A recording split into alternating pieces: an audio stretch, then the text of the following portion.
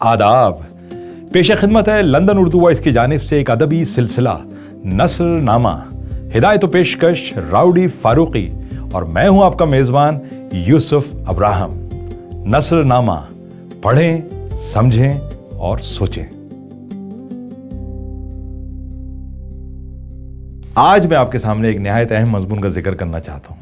यह मजमून सीनियर सहाफ़ी और तज़िया निगार मज़हर अब्बास साहब ने तहरीर किया है।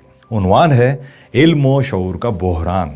ये मजमून पिछले दिनों पाकिस्तानी उर्दू अखबार जंग में शाया हुआ है और मैं चाहूँगा कि आप उसे ज़रूर पढ़ें, क्योंकि ये सिर्फ तालीमी इदारों की बात नहीं करता, ये हमारे पूरे मुआशरे की फ़िक्री बीमारी की निशानदेही करता है। मज़हर अब्बास साहब मजमून के आगाज़ ही में एक नहायत अहम बात करते हैं। वो कहते हैं कि सियासी बहरान या मुआशी बहरान से भी ज़्यादा ख़तरनाक बहरान इल्म व शऊर का बहरान है, क्योंकि सियासी बहरान से मुल्क कभी ना कभी निकल सकता है।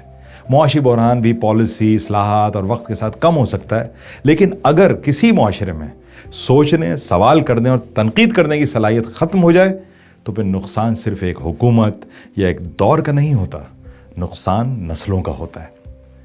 यही इस मजमून का मरकज़ी नुक्ता है कि हमारे तालीमी इदारे, ख़ास तौर पर जामियात, जहाँ सवाल उठने चाहिए, जहाँ इख्तिलाफ राय को जगह मिलनी चाहिए, जहाँ तनकीदी शऊर पैदा होना चाहिए, वहाँ अब सवाल से खौफ महसूस किया जाता है। मज़हर अब्बास साहब एक अहम तारीख़ी मिसाल देते हैं। वो याद दिलाते हैं कि एक वक्त था जब प्रोफेसर का मुआशरे में बहुत बुलंद मुकाम होता था।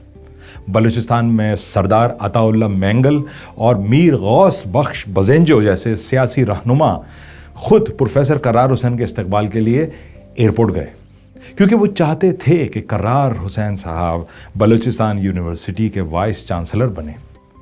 लेकिन करार साहब ने एक शर्त रखी, जामे के मामलात में सरकारी मुदाखलत नहीं होगी। ये एक बहुत बड़ी बात थी, क्योंकि असल यूनिवर्सिटी वही होती है जहाँ इल्म आज़ाद हो, जहाँ उस्ताद बावकार हो और जहाँ सवाल जुर्म ना हो। मजमून में एक और बहुत माना खेज़ वाक़या आता है। जुल्फ़िकार अली भुट्टो साहब ने जब 1977 में सियासी दबाव कम करने के लिए शराब पर पाबंदी और जुम्मे की छुट्टी का ऐलान किया तो कोयटा में एक इजलास के दौरान उन्होंने प्रोफेसर करार साहब से राय मांगी। करार साहब ने साफ कहा, भुट्टो साहब, आपका ये फैसला सियासी ज़्यादा और शऊरी कम नज़र आता है।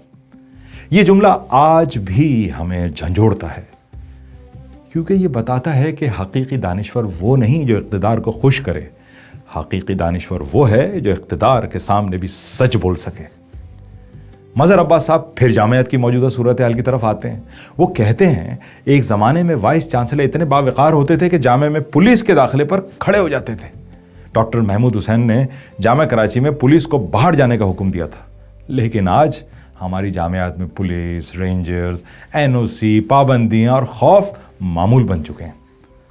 अब सवाल यह है कि अगर यूनिवर्सिटी में सवाल नहीं होगा तो सवाल कहाँ होगा? अगर उस्ताद आज़ाद नहीं होगा तो इल्म कैसे आज़ाद होगा? अगर तालिबे इल्म को सोचने से पहले इजाज़त नामा चाहिए तो फिर तालीम का मकसद क्या रह जाता है?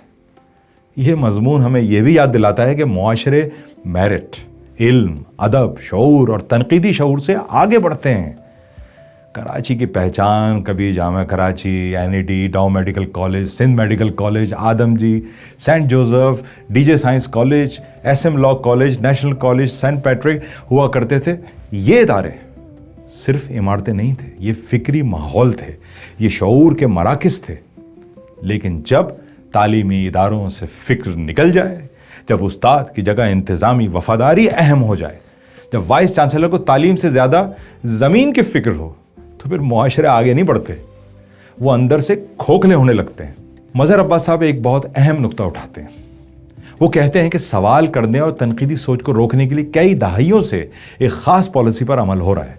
कभी मजहबी इंतहा पसंदी का सहारा लिया जाता है, कभी इंतज़ामी इजाज़त नामों का, कभी रियासती दबाव का और कभी तालिब इल्म को खामोश रखने के लिए तशद्दुद किया जाता है।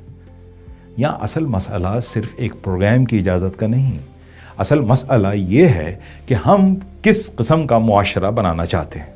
ऐसा मुआशरा जहाँ बच्चे हुक्म माने, या ऐसा मुआशरा जहाँ बच्चे सोचें, ایسا معاشرہ ہے جہاں طالب علم صرف رٹا لگائیں یا ایسا معاشرہ جہاں طالب علم سوال کریں؟ مضمون میں شاہ رخ ندیم کی کتاب 100 کا بھی حوالہ آتا ہے۔ اس کتاب میں یہ سوال اٹھایا گیا ہے کہ جب پاکستان 100 سال کا ہوگا تو اگر تعلیمی اداروں میں سوال کرنے پر پابندی رہی، اگر تنقیدی شعور کو دبایا جاتا رہا، اگر بچوں کو صرف اوبے کرنا سکھایا گیا تو ہم آگے کیسے بڑھیں گے؟ یہاں ایک بہت گہرا نقطہ ہے۔